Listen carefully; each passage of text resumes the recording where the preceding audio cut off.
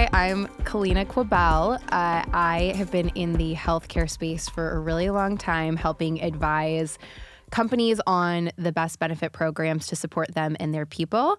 And one of the benefits I love that I've personally used is Dentists on Demand. So I am here with Carla Caramat, and we are talking today about the concept of dentists at your office and what that looks like. So I'll let you do a quick introduction, Carla. Yeah, no. It's actually super excited to work with you and for us to be here.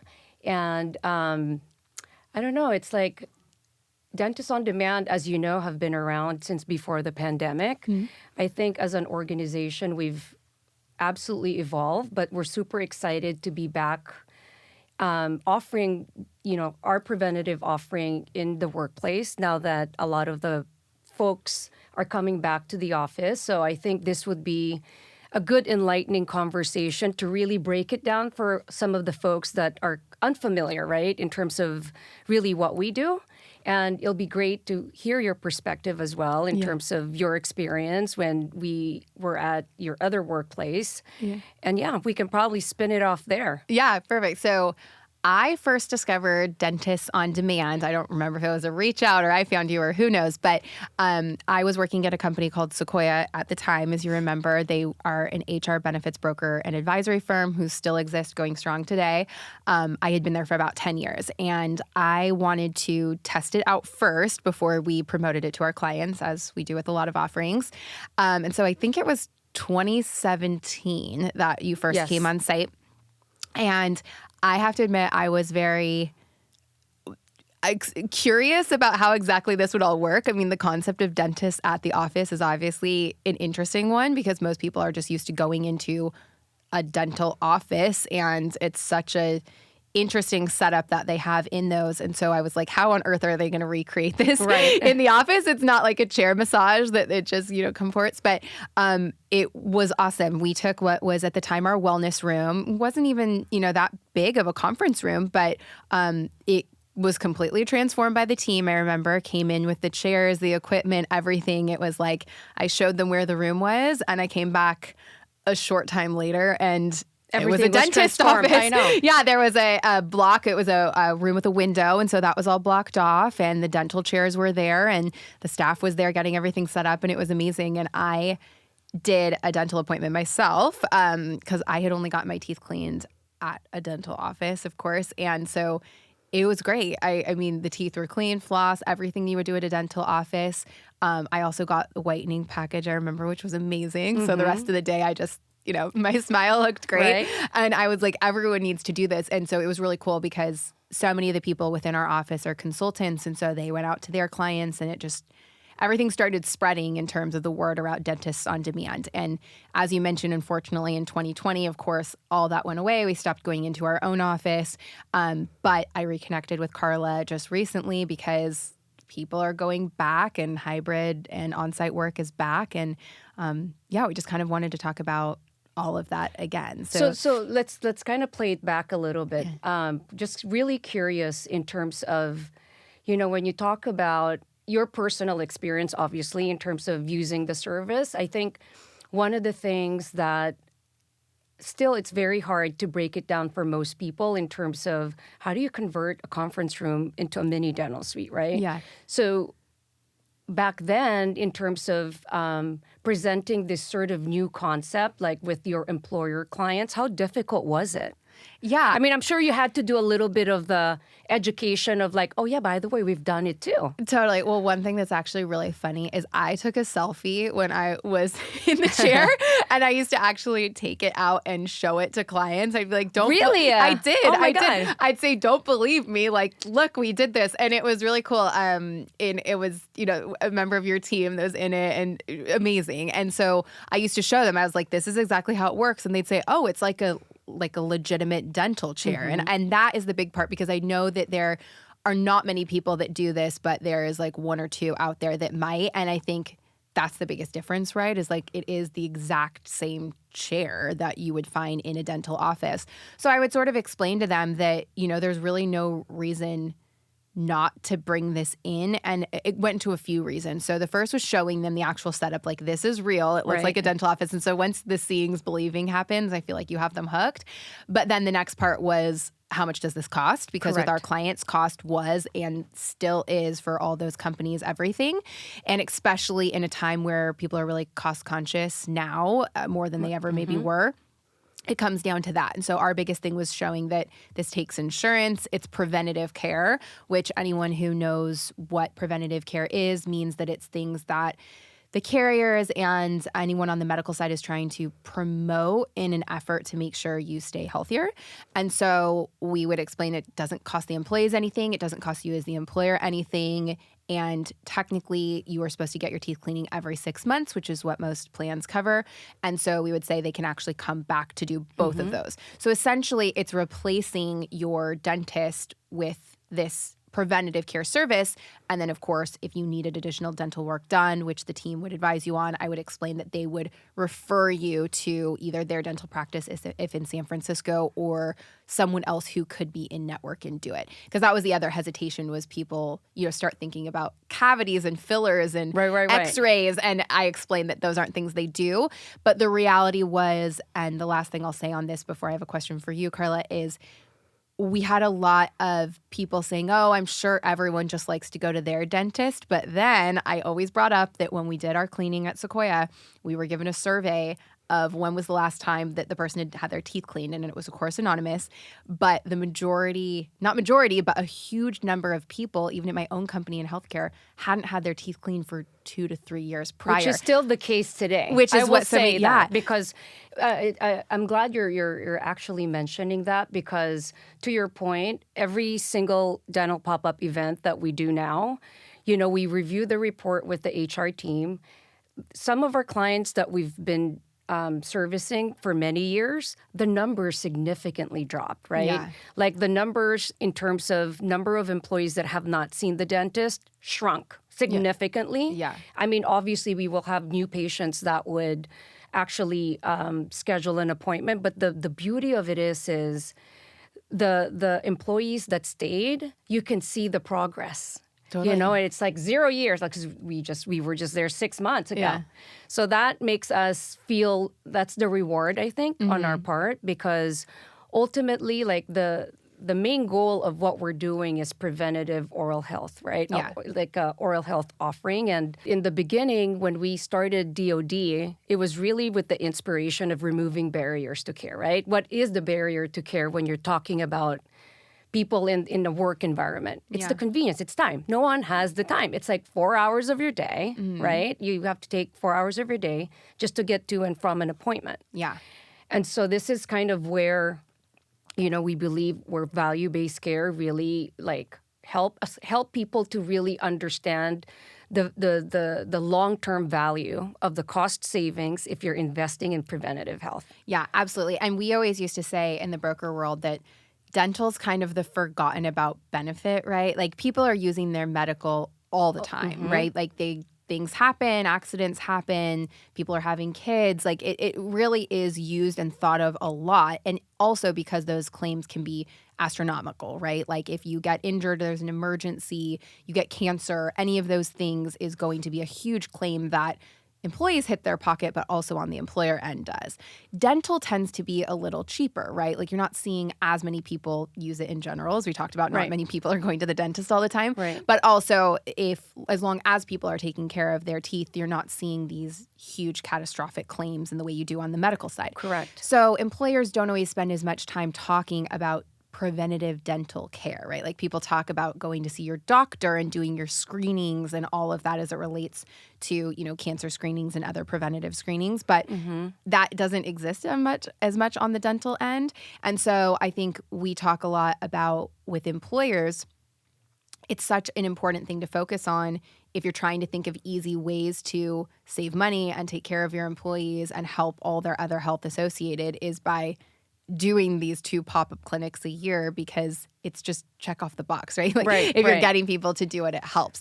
And so one thing I was going to mention with that, though, was we had a lot of employers who on the cost front, right, they were maybe fully insured companies. So most of our employers if people listening aren't as familiar with the model, they're small, fully insured companies that start small, and they just work with the carrier to have a set cost basically every month, year that they hit. Then as companies get larger, they explore self-funding. And so self-funding is where they instead of paying the carrier a set amount, they're actually paying the claims that come through. And so most clients explore that self-insured world by self-insuring their dental, and they start to see how that all works.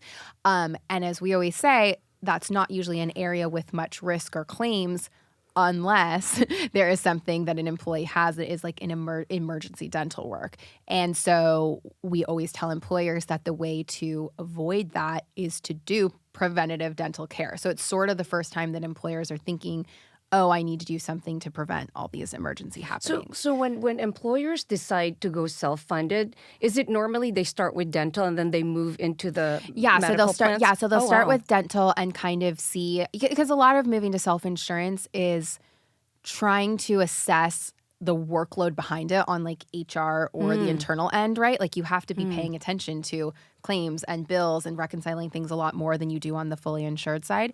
And so so it's sort of like a test period with the self-insured on the dental to see. But I think a lot of people just view dental as it's kind of just like set it, forget it. And I think what we're realizing more and more, especially as people talk more, and, I'd love to hear your thoughts on this, but is like the comorbidity, right, of dental health to a lot of other types of health. And so I think that there's more attention that's being given to oral health in general and the impact that has. And so trying to show employees that we have this offering for, there's plenty of offerings for medical, like who takes insurance and where you can go and the One Medicals of the world and things like that are these clinics.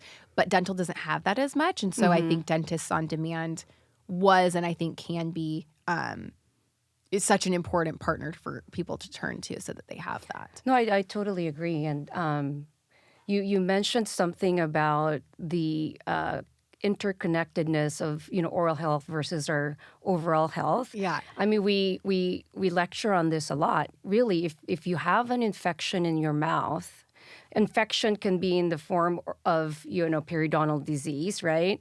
If you have infection in your mouth, it seeds bacteria into your lungs, heart, and kidney. Yeah. I mean, that's just the science. Yeah, it's not even because we want to scare people about it, but it's just the science, right? Yeah. And we see even in older adults, in our other business models, we lecture a lot about this subject to caregivers, right? And especially the older adults or special needs individual that ultimately have a difficult time caring for their own, oral health.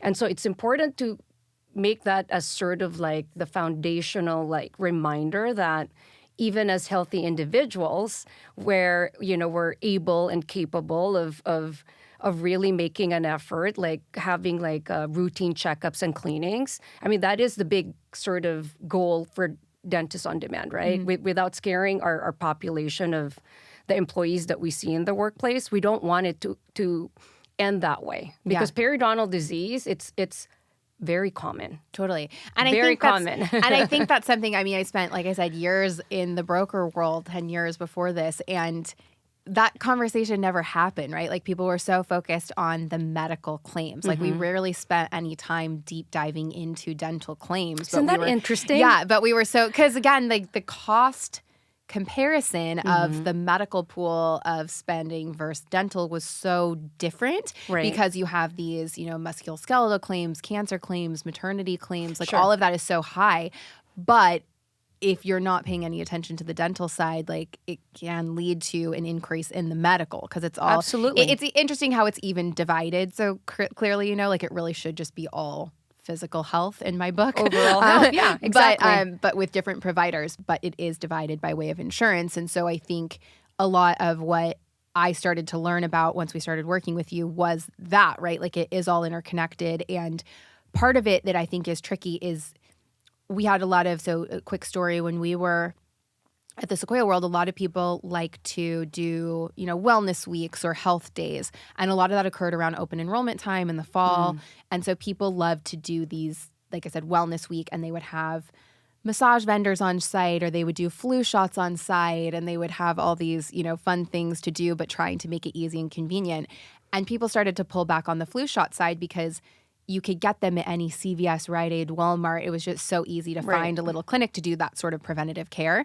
But when you think about dental, it's not like that, right? Like you can't go into CVS and get it done. But just like the flu shots used to be on site, you can do that. Like you can have dentists on demand come on site. And so that was sort of a big selling point to employers too, was like just add this to your wellness day or wellness week, whether, and if you already do one in the fall, naturally just have another pop up in the spring.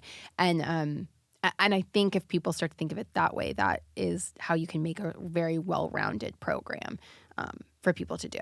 So. Right. And then I do want to touch on a little bit around the fully insured and self-insured. You gave a pretty good kind of broken down, kind of the definition and why employers would opt for self-funded. So what is the thought process behind employers with fully insured plans, right? Like, do you think there's more motivation for employers to push any health offering when they have a fully insured versus self-funded plans? Yeah. So or self-insured plans? Totally. Yeah. So there's two sides to it. So the thing is, we talk a lot about fully and self-insured because we're the ones dealing with claims, like on the broker end and you in the dental world. Employees don't know whether they're fully or self-insured, right? Like the majority of people wouldn't know if their employer has it set up that way on the back end. So you have to look at it from two angles. One is from the employee experience and the other is from like the HR leadership experience. So I'll first talk about the HR leadership experience side. So when you think about why would a company on the internal end want to do something like this, it is because even if they are paying that set amount to the carrier, so they have the fully insured plan where they're not going to go above, necessarily like above budget for lack of a better word, they still can get their premiums increased year over year if they're exceeding the set rate. So if the dental carrier says we expect you to spend X and they spend well over that because they have a ton of dental claims and all of that, their rates are going to go up and they're going to see that. That's pretty standard all across. Standard all across. So they're going to see that. So there's still always incentive to keep your people healthy because your rates are going to go up if you have a ton of emergency or like catastrophic claims in any category, mental, dental, vision, all of it. Interesting. So employers still always want to keep people healthy, and I think that's why preventative care matters, and especially if you're about to go from fully insured to self-insured and you're going to see every single claim that comes through, even though your cost may go, like let's say year one, no one goes and sees the dentist, there's not going to be any claims. The next year, 100 people go see the dentist. That is more claims, but it's all on the preventative side, so they're cheaper. If you go year 3 and no one has gone to the dentist, you're going to start seeing all the emergency claims, right? So you want people to go do the preventative care. On the employee side of things, they want preventative care like that to be easy and convenient because otherwise they're just going to tell their friends, my benefits are awful. Like, I don't like my company's benefits. And it's sort of both a recruitment, a retention, just employee satisfaction side of it. Because I can tell you there's nothing more frustrating for both employees, but especially HR leaders, if they think that they never use their dental benefits and they're not great and no one takes it and they never get their teeth cleaned. Like, that perceived notion of their benefits is that it's not good, when in reality they probably have really awesome benefits, especially if you're in the Bay Area in New York. Most of these companies invest a lot in it, but you have to have it seen. So if you're an employer who offers dental benefits and then twice a year you have this option to get your teeth cleaned like right across from your desk, you're going to be like, we have great dental benefits, right? Right, and sure. so it's you're more likely to talk about exactly. So it's the call it out. perception side of it too, which I think is really important to people and matters a lot. So yeah, it matters all the way around. And I'm curious, so I know when you first started doing this with employers, I mean, did you kind of find that once people got it and did that first clinic that they were just like, yes, come back? Like, it makes sense? Yeah, no, that's a great question because I think what most people probably don't know when you're starting something, like on the back end, when we were just starting DoD, because I've already had a dental background, there's an element of it where I knew we offered something like purposeful, right? Like oral health in general. But the other thing that I really obsessed about is the patient experience. Yeah. Because when you are able to offer a good patient experience, no doubt, they're going to say, we want you back, right? And this is why I made sure that we were able to collect a survey to also give us an understanding where we're falling short. But ultimately, I think if there was one other element of the delivery of care that we're super passionate about, it's the patient experience, where we want to make sure that when you sit in the chair, you feel as though you're seeing your dentist in a dental office. Yeah. So for us, that was super important. And I knew that once we've nailed that down, no doubt that, once you do good service, it's like everything else will just fall into place. Totally. And it's that convenience of the twice a year too, right? Because I said that from 2017 to basically 2020, when we stopped going into the office, like I didn't have to think about a dentist, right? Like I put it on my calendar every 6 months, and I just knew those were days, of course, that I had to be in the office, but I was always in the office those days regardless, and it just made it so easy.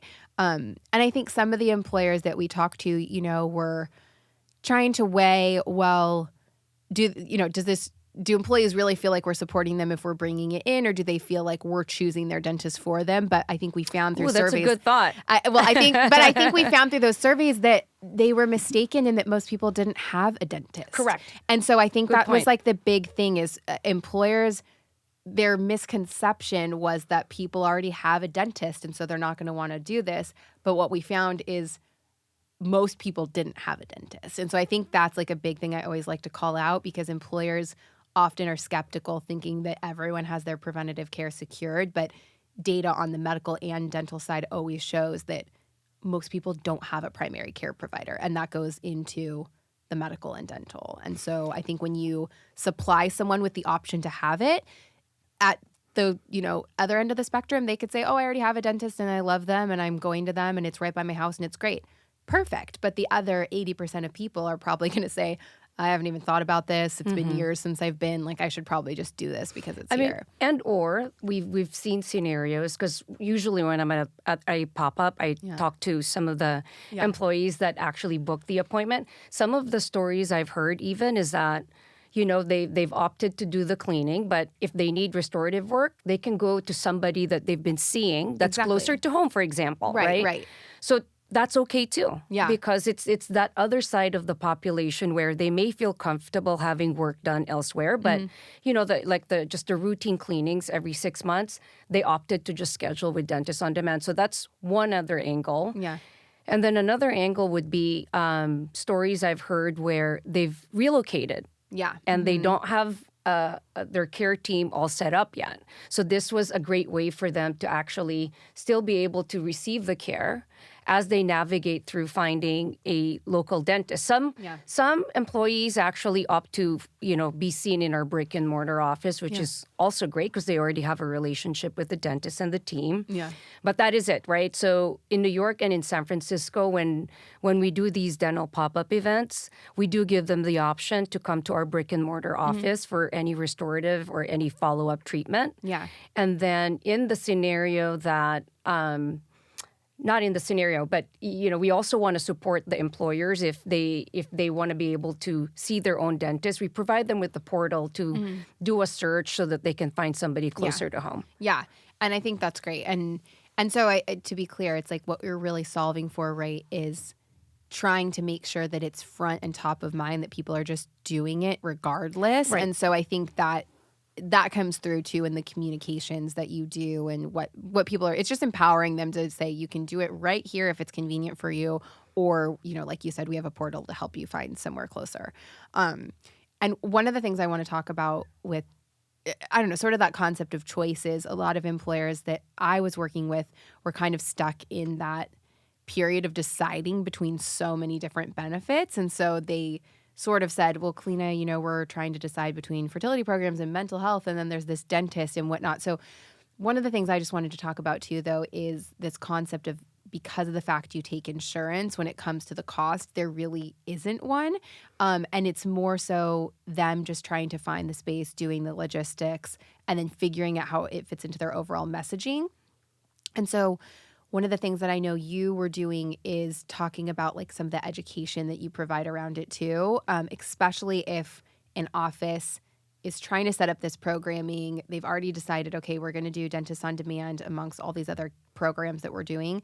what about offices that aren't local, and like how can we approach? I know we talked about some creative ideas of doing workshops or education. Like what would you say maybe to an employer that has multiple offices not in San Francisco or New York? Yeah, I remember we talked about this pretty like intensely because we obviously don't want to say no and Yeah. just say, I'm sorry, we can't do anything for Yeah. you. But I think right now, only because we're only in New York and in San Francisco, educational workshops is something that we've done historically. So that could be something that we could definitely offer up to employers that's outside of our service locations. And we've done health fairs before. Yeah. And really, it's more on the educational side of things in terms of how we can educate the workforce Yeah. to really raise awareness about oral health, right? Yeah. So, as a matter of fact, like one good example, it's one good example of the new thing that we're doing right now is, you know, when we do the survey, we provide like top 5 things that employees would say, what are some of the things that you want to learn about? Like if you have bruxism, which is clenching. Yeah. If you want to learn more about periodontal disease, if you want to learn more about how to prevent dental caries, what we do now is we actually push out a really nice, long, extensive blog about it. We have a material that we share with the employer. Yeah. And what we do is, you know, 3 months prior to our next event in that workplace, we pick the top 3 that the employees chose from our last event. Oh, cool. And we push all of this information 3 love months that. leading up, every month leading up to our next Yeah. dental pop-up event. So that could be something that we can also implement, like in locations that we're not providing services yet. Normally, they'll have their own internal, like, portals that they use to communicate with employees. So that is something that from our contribution, we can also do that. Yeah, I love that. I just bring that up because I know that we had some really awesome clinics at both those locations, and it just was never an issue really, even if they had offices outside of it, because we just explained this whole initiative is about making sure people are just booking preventative care. And if they're at the location, do it on site. And if they're not, here's some information, like you said, and just please go do it. You can even, use Portal to find in-network dentists and anything like that will be helpful. And one thing on that note that we were talking about is when it comes to the education that you do around it too, I do think that is something that is really important to employers, because every one of these topics, I mean, we obviously talked a little bit about the comorbidity side of things, but when you think about a lot of these issues, it's all tied back into bigger initiatives. So, for example, parental and maternal care was a big focus for a lot of employers and still is. Maternity care is like the number one claim, both the mother and the child. And I remember when I had my son, I went to the dentist, and your gums change when you give birth. So like you have more gum bleeding, your gums recede, all of this stuff. That's and true. I kept talking to people about that because I was saying, like when you have a baby, which so many of these employers, especially in San Francisco and New York, where a lot of the demographic is around those like childbearing years, so much of the focus is on like the physical health side. But I was shocked at how much my dental care changed. And so I don't know, maybe you can talk a little bit about that from the medical side of things, just you see. But I just thought that was so interesting because I was like, this does go hand in hand with a lot of maternal campaigns and support when you think about like where these claims are coming from. Because for me, I had to There get is science behind it, though, Yeah. in terms of the higher risk of periodontal disease as you're going through your pregnancy. Yeah. I mean, I know this just by way of, our patient population that Yeah. we see in our brick and mortar office. Yeah. But that would be a very good, really, topic to call out. I think that I don't think we've paid a lot of attention to it, even from our surveys. Yeah. Like in terms of educational materials that we can provide, but I'll definitely add that on. I love that. Yeah, I was just thinking through that as we were talking because, a lot of times what I'm asked by employers is, what are the trending topics? And I feel like I'm always talking about how to support people who are having babies and mental health and I feel like those are the ones that come up most often, are those two: cancer claims, things like that. And very rarely in my prior life did I say, oh, and dental work. Like, it Yes. doesn't come up as much. But Well, when you have beautiful teeth. That's why. yeah. But when you think about all those topics, right, like, part of having a child is also the impact it has on your dental, and part of mental health is, teeth clenching and sleep, and all of these things like are intertwined. They're just less talked about. Oh God, it's very true. I mean, if you look at the population, when we talk about mental health and how it affects your like oral health, it goes both ways, right? Yeah. When you hear about people with dental phobia can manifest in many different ways. Yeah. You see most people that they don't really smile. Yeah. It's probably because they're ashamed of their smile, right? Totally. So these are some of the things that, we've been exposed to by way of treating our patients in our brick and mortar office. And you have other situations where the phobia is they're afraid to leave their house. So they've neglected their oral health for a long time. Yeah. So there's a lot of that is happening that is definitely connected with like the whole mental health umbrella, Totally. I would say. Yeah, and I think that's what I'm trying to get at with, talking about all these different ways that dental is behind the scenes, because I just think when employers are trying to look at all their programming and they're prioritizing what's most important, like, the random thought of dental doesn't usually make it to the forefront. And so what we're trying to prove here is, like, we're not trying to say, dental's cool, dental's the number one thing you're going to keep hearing about, but we're saying that, like, if you are an employer and you make this small investment, which is truly an investment just on scheduling a date, there's not the financial investment and all of that, but, like, it will improve all of your other programs, and it will be one thing that kind of differentiates yourself is doing this, because most employers aren't thinking about that first and foremost. And we're starting to see it more and more, and this is gaining in popularity, and more people are doing the on-site clinic, especially as they go back. But the point is that even if dental isn't at the forefront of what employees are asking about, or you might see out there as a trending topic, it is so intertwined. And at the end of the day, it's going to be and is a huge spend of your claims at some point, especially if you're neglecting it. Yeah, no, So, but again, this is like a step back. Still, it's really in parallel with, I talk about value-based care a lot now, simply because value-based care in medicine is, they're at the forefront of it, right? Yeah. Like, providers are rewarded, right? If their patient base has good, healthy outcomes. Yeah. And it's not really, they're not rewarded by the quantity of care delivered. Right. And so how is dentistry different, right? Right. Because if you really think about it, this is where, the employers have an influence in really empowering and creating an environment for their employees to really promote preventative oral health offering. Yeah. And for me, it's almost like, yes, you can quantify it versus whatever claims, but I think the very simple, basic fundamental of really fostering like the good healthy behavior. I've been in workplaces where, even their snacks are so healthy. I mean, it's going to that level now of how most employers are now really involved and they care about, their employees. And so I think it's just shifting the mindset a little bit and talking about it in such a way that is relatable. Because when you say value-based care, you think right away, oh yeah, they do that in medicine. Like health plans, tell me if I'm wrong, but health carriers, they provide incentives, right? Like meaning even to the employers in terms of keeping their employees happy. So they do what? Biometrics? What are some of the things they're doing in the medical space from when you were there I at mean, Sequoia? so a huge part of it is like the carriers are always trying to push notifications, for lack of a better word, of what are the things you should be doing. So a lot of people, whether they're male or female, are receiving some sort of notification from their carrier of you should be doing this screening at this time, you should be doing flu shots. They offer to check biometrics. They have weight loss programs. They've kind of thought of truly everything when it comes to what are ways that we can help you as the employer keep your employees healthy.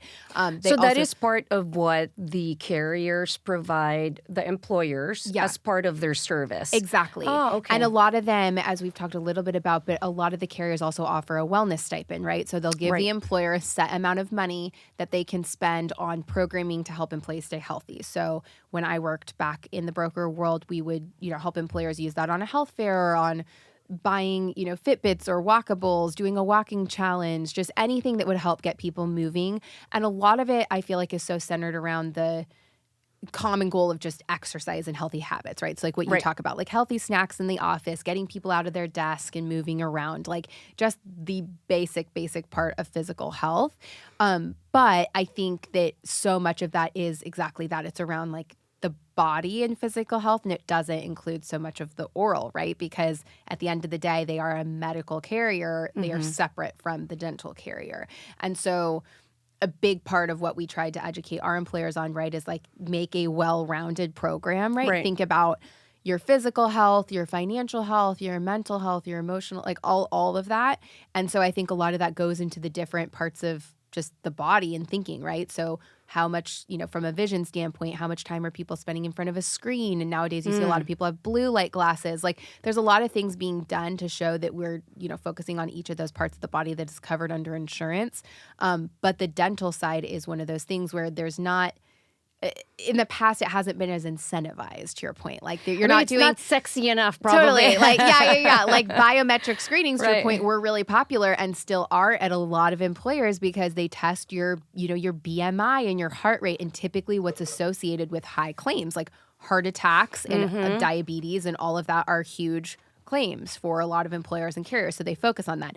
But no one is doing... Well, I know, it's almost like, do we start testing for periodontal disease right. to prove the point? But in a way, it's so funny because that's what Dentists on Demand is doing, right? True. So like if you had, let's say you do a health fair and you have a day of biometric screening, and then either alongside of that or a separate day, you had the preventative care cleaning, it's the same sort of concept, right? Like you are quite literally screening for things that are a red flag in the same way biometrics does. Like if I go and get my teeth cleaned, I guess that's a thing that's important to distinguish, right? Like you're doing teeth cleaning, but you're also doing preventative care checks. So it's not just brushing my teeth. Yes. You're spotting what else needs to be done. And that is often something that comes in the form of, you should go get this checked out or x-rayed or whatnot, or keep an eye on that or whatever it might be. So I remember in one of my teeth cleanings, the first time it was totally fine, everything's good. And the second time was like, you look like your, gums might be receding a little bit. Let's keep an eye on that. Like things like that, that just like a biometric screening or calling it out, or perhaps something more obvious where someone like really should be seen and they wouldn't have otherwise found that. So, that is the essential goal, I think, is that to identify potential problems, right? Yeah. That can be problematic and costly over time. Totally.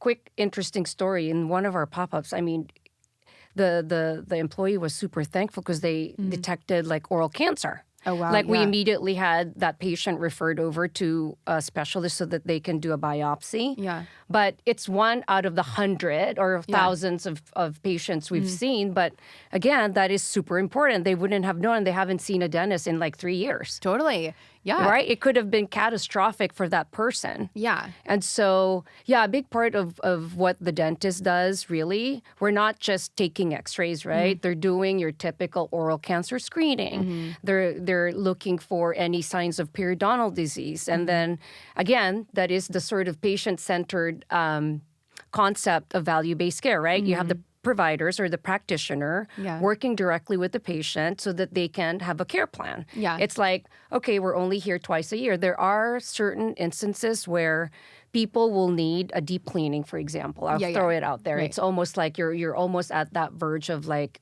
close to like a periodontal disease situation. But even at that level, the dentist can essentially work with the patient to refer them to a periodontist to start receiving proper maintenance outside of just the regular cleaning, because there's obviously a difference with like a deep cleaning versus just a regular cleaning you get. But that's super technical. But it happens a lot in terms of the population of patients that we've seen over time, that there is a need for that because they haven't seen a dentist in a long time. Yeah.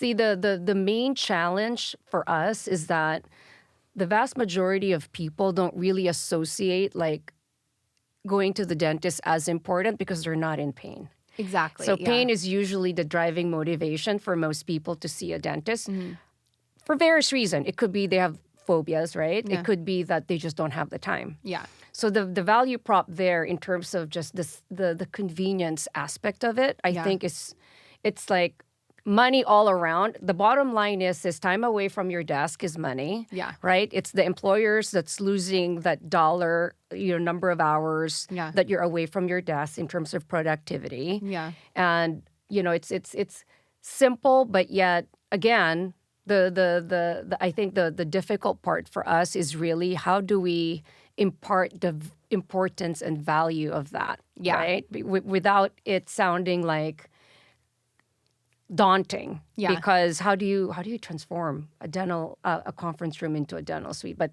anyway, that's kind of our sweet spot. No, I think that's so true, and it really is one of those things where, especially to your point, like you said, so many people are reactive with their healthcare in general, and they don't go till something's wrong or they're really sick or they're in pain, to your point, and things got rescheduled because of that, right? Like, I mean, I watched my husband do that. Like, he rescheduled his dentist appointment 3 times because something came up and there was a meeting. It becomes that. And it becomes that. And, but when it's in the conference room, like I said, it sort of became so socialized and normal. Like, people were popping out of meetings being like, sorry, I got to run off to my dentist appointment. And then they'd come back to a meeting, within the hour. Yes. And people were like, wait, you just got that cleaned, and it socialized them to want to sign up tomorrow because if there was any slots. And so I think it also is just, again, how the employer approaches it, right? Like, hey, we're going to have these 2 or 3 days on site. You can pop right in, like, block your calendar for an hour. You'll be done within it. Like, it makes it so easy for people to do, and the whole office kind of gets in on it, especially if like the leaders are doing an appointment too and saying how easy it is. And so I think a lot of it is just, like you said, it's communicating and having leadership say, we really care about preventative care. Like, we know a lot of you are not taking the time to do this, and we understand that it's a lot for you to leave the office and take that time away. So we're going to make it easier for you by bringing it right in front of you and right down the hall and just making it really, really easy. These are great stories in terms of employers that are really pushing for that, right? Because I remember way back, my God, Sequoia had an amazing event where the employers were awarded the best place the healthiest employers. Healthiest employers. And I kid you not, we still have clients we met at that event that's still a client today. Yeah. They really stayed consistent. Like the moment like New York was able to do more of the in-person, in-office work, they contacted us right away. We didn't even have to reach out to them. Yeah. Like there are some like employer groups that are really championing it, which that makes my heart happy. Yeah, totally. Well, and I think it, like I said, that became, when I stopped going to dentists on demand at our office, like I had to go through the process of finding a dentist, and it is daunting to call and ask about insurance and do all that. Like it's so much easier when your employer just says, here you go. Like, this is here, and it's been vetted, and there's reviews, and you have great client names on it. So it's like, it's very trustworthy right from the beginning that people know that you're going to do a good job, right? And that it looks nice and everything. It's almost just waiting to see the dental site pop up to be like, oh wow, it really is. That's usually that's usually the reaction anyway. Because even though we showed them like, this is a video of how it's going to look, it's still very different when it's in your conference room and you're just like, wow. Yeah. What happened? Right. So for me, it's like seeing the reaction most of the time is like, we've done part of the job in making sure that they're excited enough really to have us in their workspace because again, it's one of those things where we want to build the trust. We want to make sure we deliver the care, and we want to make sure that the experience is, in my standard, we go above and beyond. Yeah, and actually, you saying the experience, I realize we haven't gotten into truly like the end-to-end experience. Sure. So why don't we talk through that? Because I've obviously made it sound so easy, and it really is, because I was the one who actually had to organize it on site at our company. So I can tell you from my end, all I had to do was find a date that would work for the company. I had to reserve the conference room for it was 2 or 3 days that you were Right. there, and I did it both in our San Francisco and New York Right. office.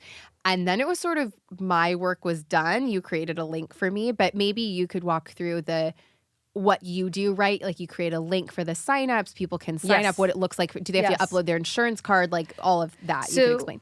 I know I've Yeah. only been talking about the patient experience, Yeah. but in parallel, as we were developing the workflow, the other thing that we wanted to make sure in terms of the experience of the onboarding side is we wanted to make sure that it's easy for the HR team or whoever is organizing the event, that we make everything as simple as possible. We want to take the workload out of their plate so that, to your point, we provide you with a form that you fill out, it gets synced to us, and just reserve the conference room. And we do pretty much most of everything on the back end. On the onboarding side, from the patient side, we create a co-branded microsite. And the co-branded microsite will essentially have, we thought about like what are the most common questions that employees may ask their HR team about the event, about the insurance, about follow-up care, about anything and everything you could think of, we thought about. And then we made sure that all of those information are in the microsite, including a portal if they wanted to search for like an in-network provider that's close to their home. Yeah. There's a section in that microsite where they can just plug in their zip code and it populates, a dentist in their location. Yeah. They can also book their appointment there. All the insurance information, since we collect it from the HR teams, we plug that in already on the back end. Which, can I pause you right there? Yeah. Because when I had to sign up for a new dentist a few years ago, the amount of paperwork I had to fill out and the amount of times I had to retype that number for my dental card and scan it and give a copy and do all of those things, like, Oh, God. you just bypass it. No. Thank you for calling that out because, we're still enhancing some of the things that we can enhance on the technology side. But I think the goal in mind was how can we make this as simple and seamless and frictionless as possible for both the HR teams that are onboarding us and then for the employees, right? So with the co-branded microsite, we also created a proprietary software called Cuspid. And Cuspid essentially has a patient portal where they create their own credential. And once they've booked the appointment, they fill out all the online forms, right? And then all the forms that they've signed and the report card. So we provide a report card after each of the appointment, which essentially just is a report of the clinical assessment of the dentist. Yeah. And then if, for example, they have early signs of periodontal disease, we attach like materials around education on periodontal disease, if they're clenching, whatever it may be. Yeah.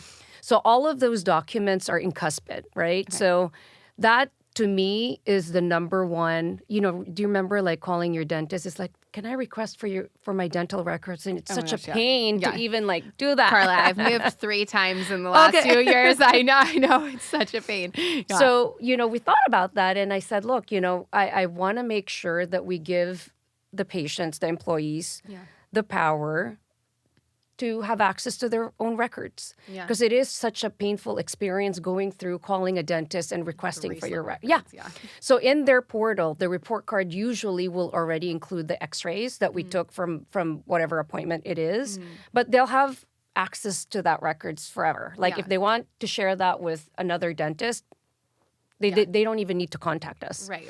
So to me, I'm super proud of that because, the transparency in terms of what we do, I want to make sure that we're very transparent and we give the employees or the patients the flexibility to choose whoever they want to see. Yeah. And so we're not withholding any other information. Yeah.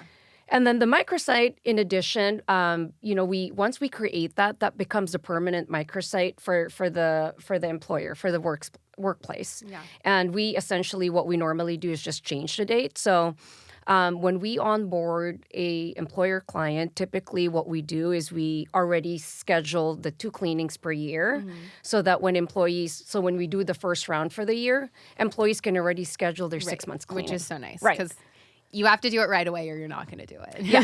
Yeah. And visibility too, right? Like Right. we made the microsite super easy to use, and booking an appointment is just super seamless. Yeah. I think I think from the feedback that we got from employers, like our onboarding process on the patient side is so seamless that they've gotten feedback that, everybody's so busy. Yeah. When you're at the office and booking an appointment, it's like you don't need to pick up the phone. It's like you just log into your portal, and it also is a good thing for employers to actually promote it because it's co-branded. It means we're really saying what we're really saying is your employer sponsor this for you. Yeah. It's like your employer is really the one championing this. Totally. Yeah. And I remember it being that easy, but it's good to remember all of the pieces that went into it because like planning everything, it's almost when you first hear about DOD, it's like, oh, it's too good to be true. Like it's free, you do everything. And it kind of is. I mean, there's still steps that need to be done. You have to reserve the conference room and everything. But like the little things you've thought of, like the uploading of the insurance and all of it just makes it really easy. And that's the whole point is like, I think you truly have set out and your mission is to make preventative care as like accessible and streamlined as possible. And so I think DOD is like in a league of their own in that sense, and that it will become accessible for employees because it's right there, and it will be streamlined so that they're not going to get to a page and have to go through all of these hoops to sign up and just drop off. Like it's really, really easy to do. Yeah, I mean, and also not to forget, we have an incredible team, right? Yeah. Of clinicians that are just so passionate about oral health. So, which I think at Days End, it does. There is something to be said when you have that trust and relationship with your hygienist. I mean, most people are much closer with their hygienist than their dentist anyway. Yeah. Because you're technically seeing the hygienist every 6 months if you go to a brick and mortar. Yeah. But what we've done is we've enhanced that, right? Right. Like even though we're back in the next 6 months, you'll see the same dentist. Yeah. So it's like you're seeing your dentist Totally. and your hygienist twice a year. Whereas in a regular dental like office setting, typically what you're going to experience is you're just seeing your hygienist every 6 months. Whoever that so is. I think we've enhanced and elevated the whole experience all around. And I'm super like happy that, all of the clinicians that we have as part of our team are very passionate about what we do. Totally. Yeah. And I remember that coming across because they were very kind and understanding and explained and also asked some lifestyle questions and, just things that made it feel very like well-rounded. No, I'm glad focused. you're calling that out because if there's one thing that I think, before we start any dental pop-up events, I mean, it's one of the reminders in terms of, what we tell the team is really engage, right? Yeah. Like meaning have the conversation. Right. Because sometimes that's what's lacking, right? Even in medicine today. It's like, your medical doctor spends, 5 minutes with you? Right. Well, and that's why it's important to start too, because I'm sure this is always the joke with people going to the dentist, but like making conversation while your teeth are being cleaned is so awkward. Like you're trying to answer questions. So I think I remember them sitting down and asking a few questions before we got into it. And then it was sort of just like telling stories to make it feel comfortable while I was sitting. Yeah. I mean, mostly it's with the dentist too, right? Because, they'll obviously ask you questions in terms of, like, certain eating habits if necessary, but anyway, going off tangent there. Yeah. I mean, I guess to wrap it up, like what if someone is hesitant, and maybe we can both answer this question, but they're listening to this and it sounds like, wow, that's something I think my company wants to do. Like, what is the best, maybe I'll ask you, like, what's the best way you think someone could advocate for them to do this internally?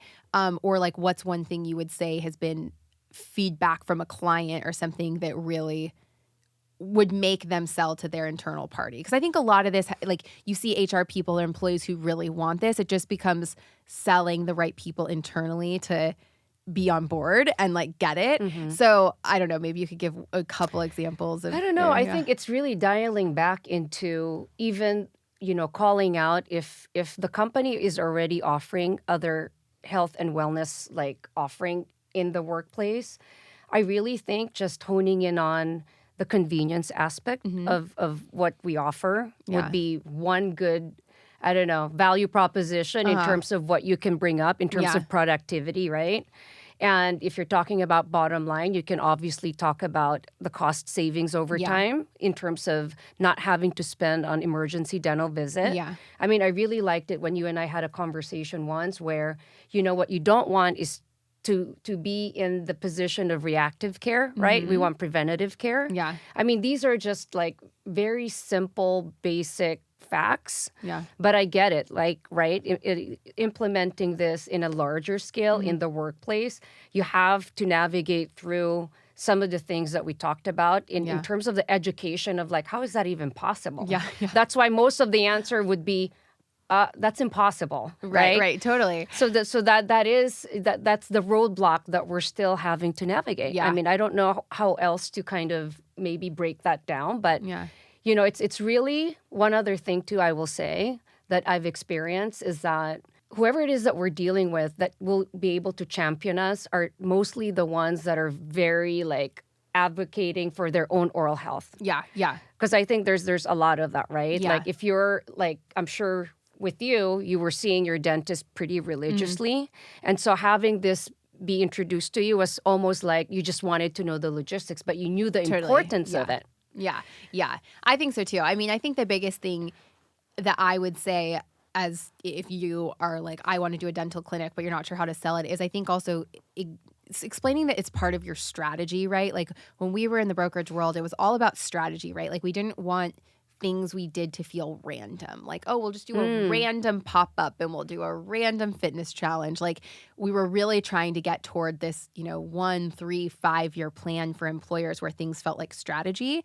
And so I think that this routineness of it all, right? Like every 6 months you're going to do this and this is going to be the way you promote preventative care. And we're going to keep doing this as you transition from fully insured to self-insured. And we're going to, like it becomes truly the strategic partner of this strategy as opposed to being random. And so I think that would be like my biggest advice is I wouldn't pitch this as a one-off pop-up, even though we talk about them being pop-up clinics. Like it's not one-off. It's really like your dental partner because there aren't very many dental partners out there. And so it's like we're going to make sure that throughout the next few years, as we make sure people have really good health, that we're partnering with Dentists on Demand to be our go-to preventative care vendor and show employees that this is important. I love that. Yeah. No, thank you for that. That's actually a good way to wrap up the conversation. But, there's obviously a lot of work to be done on our end. But I think as we navigate through talking to different employers, I think that is a very good point to bring up. Like, make us be part of your strategy long term. Totally. And I'm really hoping that we will make some strides in the next coming months. Yeah. So, super I'm excited. already seeing it happening. Everyone's doing it. So I think it's going to be really exciting to see it grow. And I think this will, in the same way that so many like biometric screenings or on-site things became just a staple for programs, like I think this will be a staple for a lot of people too. So thank you. Thank you, Carla. Let's manifest that. Yes, it's out there. Perfect.